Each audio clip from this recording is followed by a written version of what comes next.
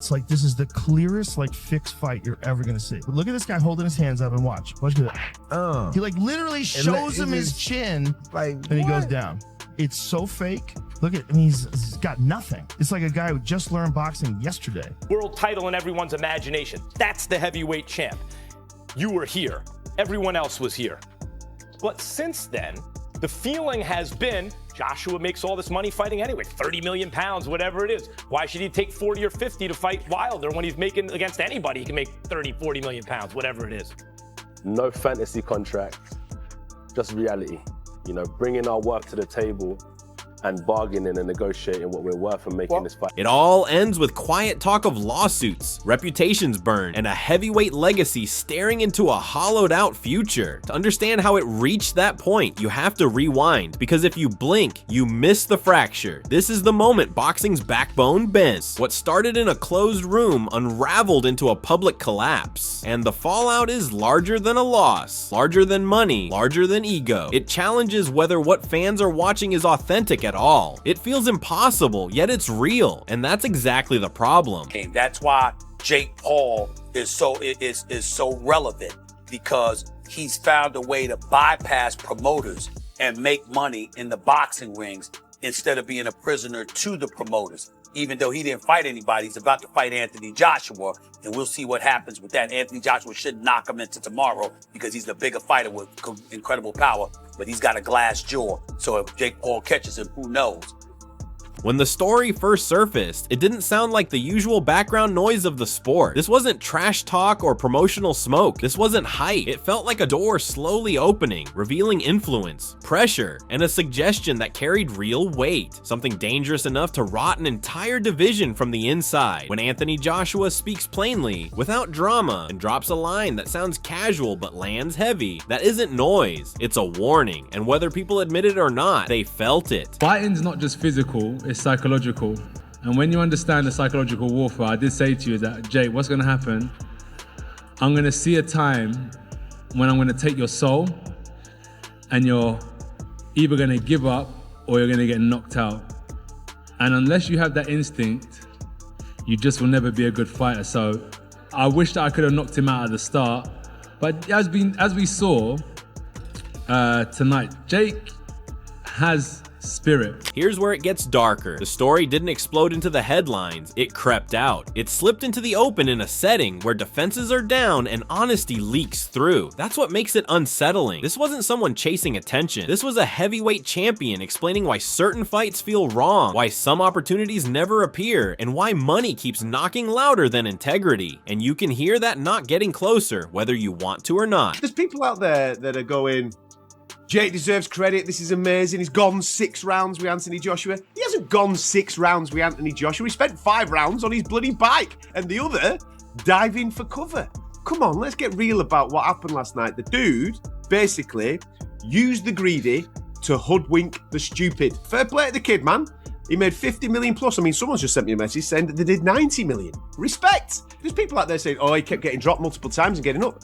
No, he didn't! Stop lying! Want the real shock? The shock is realizing that power now believes it can negotiate outcomes, that legacies can be planned, adjusted, erased, and rewritten. And when that idea brushes up against a fighter built on real risk and earned scars, something breaks. Fighting isn't content. It isn't a storyline to be tweaked. The moment it's treated that way, chaos walks in the door. And yes, someone out there believed Anthony Joshua could be handled like a brand instead of a fighter. AJ, do you think Jake is on your level whatsoever? No. No, okay. Respectfully. Because it's clear. If I say yes, I'm gonna be lying to myself, and I can't lie to myself.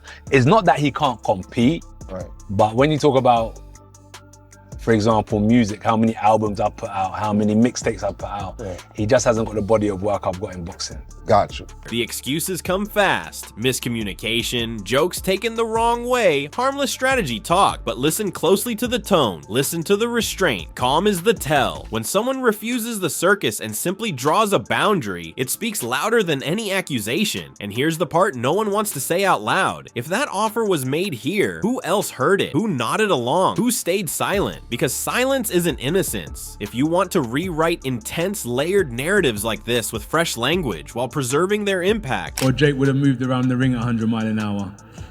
There's two things I would have done. Tried to shut Jake down at 100 miles an hour, or I would have gone on the back foot. So Jake decided to move around the ring, and I decided to put the pressure on. What I could have done better is a lot of things.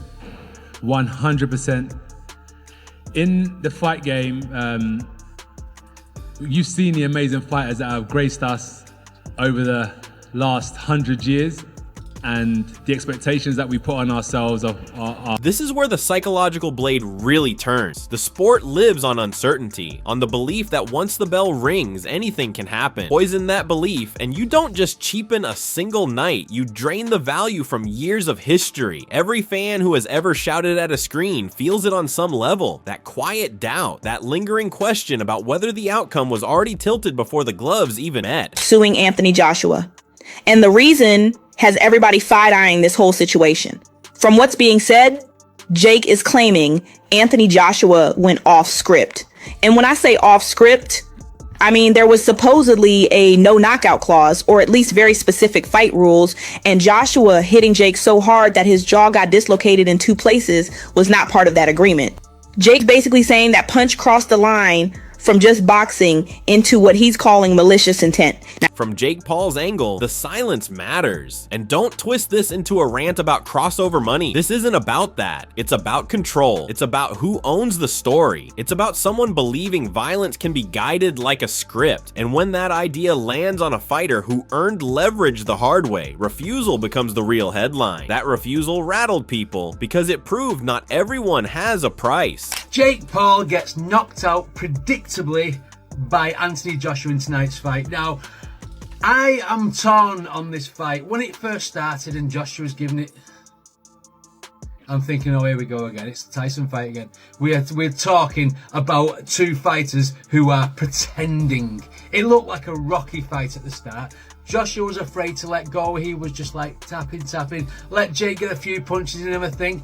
And then I'm thinking, hang on, I'm torn between 2 ways. As the conversation spread, fighters and analysts chimed in without really saying much. Pause here because this is the part that makes my skin crawl. What followed wasn't denial, it was fog. And fog is dangerous. Fog is where speculation grows, where clips get replayed endlessly, where fans start connecting dots that promoters insist aren't related. And I'm telling you, there's more beneath the surface, more left unsaid, because saying it outright would spark something nobody could control. Messy. If Jake is really saying this fight was supposed to follow a script, then what does that say about the event, the Vegas crowd, the betting money, all of that? Because that opens up a whole different conversation nobody wants to touch. He's allegedly claiming Anthony Joshua could be on the hook for something like $20 million for violating the rules and going beyond what was agreed upon. But let's be real for a second. This is boxing. People get hit. Jaws get broken. That's literally the risk you take stepping into the ring. You think the split reaction was random? Not a chance. It was tribal. One side needs the spectacle to feel clean. The other needs the sport to remain sacred. When those worlds collide, the damage doesn't explode right away. It whispers. It shows up in carefully worded statements, in pauses, in people choosing every phrase like they're walking on broken glass. That caution tells you everything. Have a section where the 2 parties are going to meet, talk, discuss, have this. Just watch this video. And mentally. It's already written. Where? In the history books, brother. In yours, not mine. No, it is. No. You'll see. There's only one God, and God wrote it. You see with Jake, what I learned about Jake is he's a mental person. This is my observation. Not only the physical aspects of training, but the way he thinks, meditation, breath work. If I can break his soul and I can break his mentality.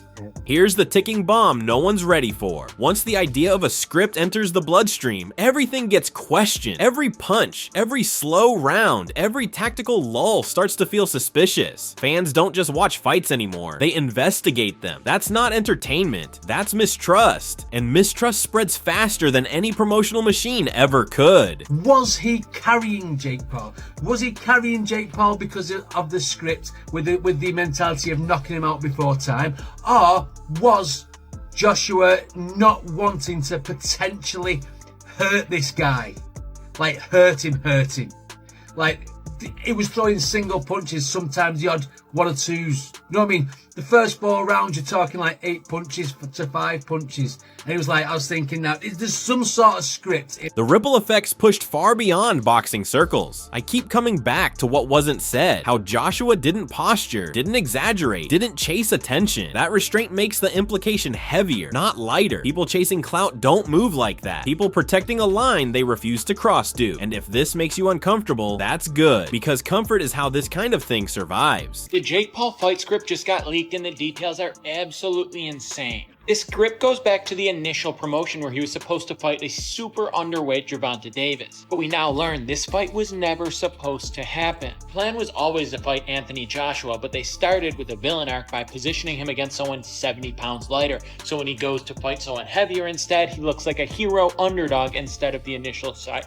That's just the beginning. The script for the actual fight is set up for it to go the distance and Paul to be awarded the win by decision. As a result, this chapter exposed something even heavier, the imbalance of power baked into the sport. Sit with this for a second. If an idea like this could be floated so casually around a global star, imagine the pressure placed on fighters with no leverage, no spotlight, no safety net, no exit ramp. Picture the quiet understandings, the subtle nods, the contracts padded with vague language. And honestly, try to say none of that exists. You can't, at least not without lying to yourself. I hear the legal arguments, the financial math, the threats dressed up as business, but boxing has always carried danger. That's the deal. Bodies fail, bones crack. Pain is part of the contract. The moment someone reframes that risk as a breach of a plan, the sport recoils, because now the ring isn't a proving ground, it's a liability, and that shift should scare everyone. Pause, breathe, because this isn't over, not even close. Networks are watching closely, sponsors are quietly reassessing, young fighters are paying attention, filing this away for the future, and veterans are looking back, wondering how many times they were tested without ever realizing what was happening. Somewhere someone is nervous because a boundary was drawn in public and they don't know how to step around it anymore. I'm leaving you unsettled on purpose. There are too many gaps, too many careful statements, too many people acting like this is business as usual when it clearly isn't. And if you think this story has reached its end, you're not paying attention. The next reveal won't come with a warning. It'll arrive suddenly, chaotic, uncomfortable, impossible to clean up. And when it does, boxing might look in the mirror and barely recognize itself.